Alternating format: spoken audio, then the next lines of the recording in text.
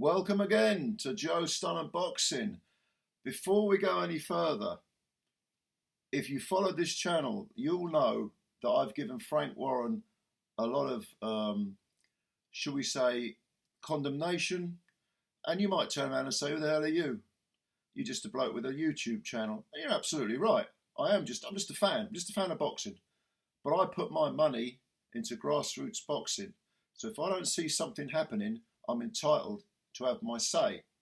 Now, having said that, I've got to say I'm tipping my hat to Frank Warren and Queensberry for this incredible show that they had on this weekend called The Magnificent Seven. Absolutely stunning array of British talent with a few, imports in there as well. We had one, Emma Kozin, upsetting Hannah Rankin. So, it wasn't all one-way traffic. But make no mistake about it, this was an absolutely brilliant night of boxing by Queensberry and Frank Warren. So credit where it's due. Let's start by saying that. Now,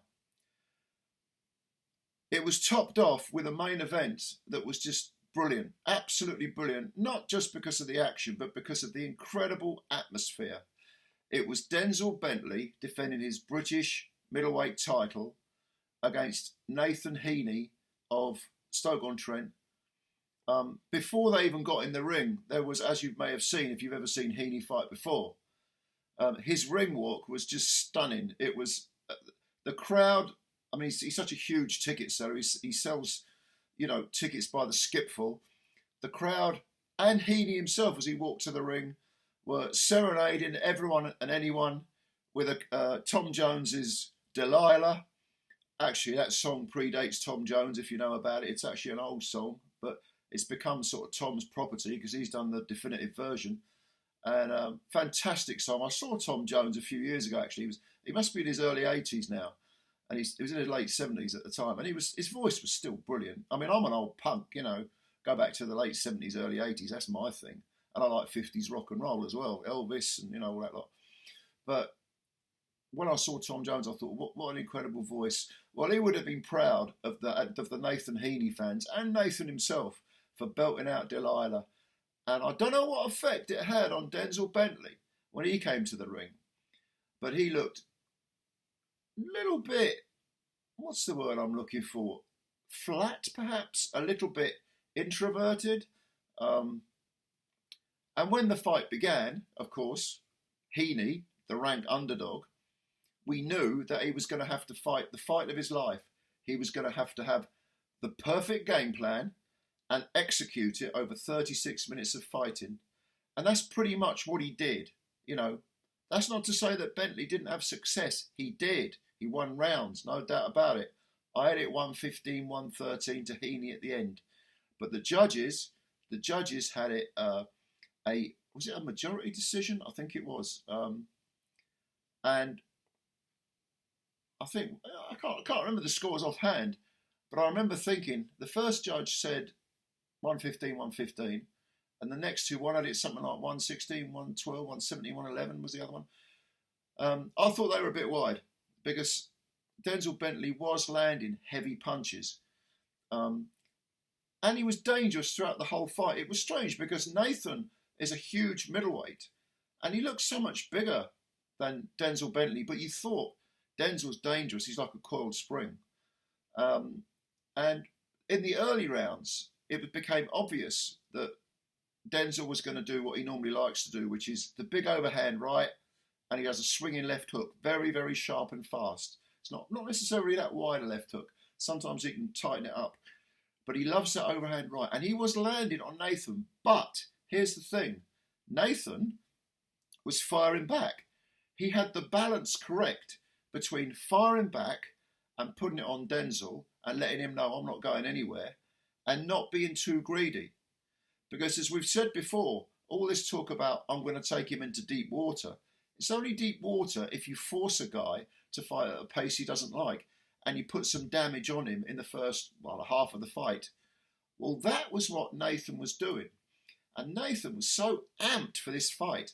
After 4 rounds, I looked at Denzel Bentley in the corner, and he did look like a bit knackered.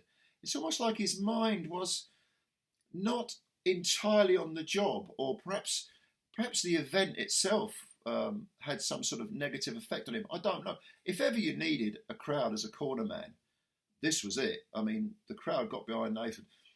And so even though Denzel was coming forward and landing both some swinging and some sharp punches, Nathan was firing back. And it all got a little bit, I think Nathan got a warning for putting the forearm in. Denzel got a warning for something, I can't remember what it was. Generally speaking, it was a clean fight, but it was tough. It was rough and tough without necessarily being dirty. So, round about round 7, I thought that there was a slight turn in the tide. Denzel started to get closer to Nathan and land some punches. And Nathan was, for the first time, beginning to look a little bit ragged. Now, I thought, is Denzel going to really go through the gears now? And he tried to, but to Nathan Heeney's credit, he was able to hang tough right out the storm and get his second wind.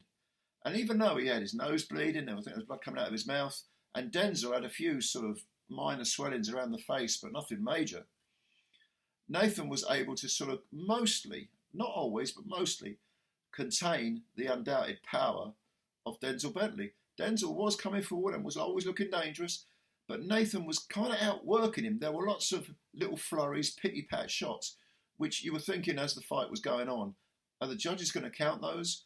I mean, Denzel did take a lot of punches on his gloves as well, it has to be said. But overall, I just felt that Heeney had one extra gear. He kind of forced the issue and seemed to want it more, which is not to say that Denzel didn't want it. It's just, it's kind of like triumph of the will almost. He could put it that way. Probably the wrong phrase considering the connotations connected to that phrase, if you know anything about history. But Nathan Heeney did have a triumph of the will. He put it on Denzel, and I felt it was a 113 win for Nathan. When they announced the result, pandemonium, brilliant atmosphere. The crowd started singing Delilah again. Nathan was on the floor, he was in ecstasy, he was singing along to the crowd. Poor old Denzel, spare a thought for him, because he's been a 2-time British champ. He's had a world title fight where he's gone the distance and done better than people thought he would. He can come again. It's not beyond the realms of possibility. He's only 28, so you could argue he's in his physical prime. Nathan's 34, but afterwards Frank Warren was saying there's going to be probably a big fight somewhere. Will it be a world title fight? The middleweight division at world level is kind of wide open. So is it beyond the realms of possibility that Nathan Heeney could unbelievably win a world title? I think it would be a surprise, but on the evidence of this performance and the tactics that the corner had, I mean, the synergy between fighter and corner was brilliant with Nathan. They were talking to each other, immediately understanding what was necessary, and Nathan was going out and doing it. Even though Denzel, much more dour in his corner, listening quietly, intently, he was doing some good work as well. But I just felt Nathan Heeney edged it. So did you watch this brilliant fight? If so, let me know what you thought. Did you enjoy it? I'm sure you did. Even if you're a Denzel Bentley fan, I mean, it was, maybe you think Denzel won. Tell me why you think he won. Comments below, as always. I will, of course, answer them. Thank you for all your time, for watching these videos. Much love to all of you. Hit the subscribe button if you could. That would be a big help. And also, give the little like button a poke and all. I appreciate your time and your effort. Much love. Catch you later and bye for now.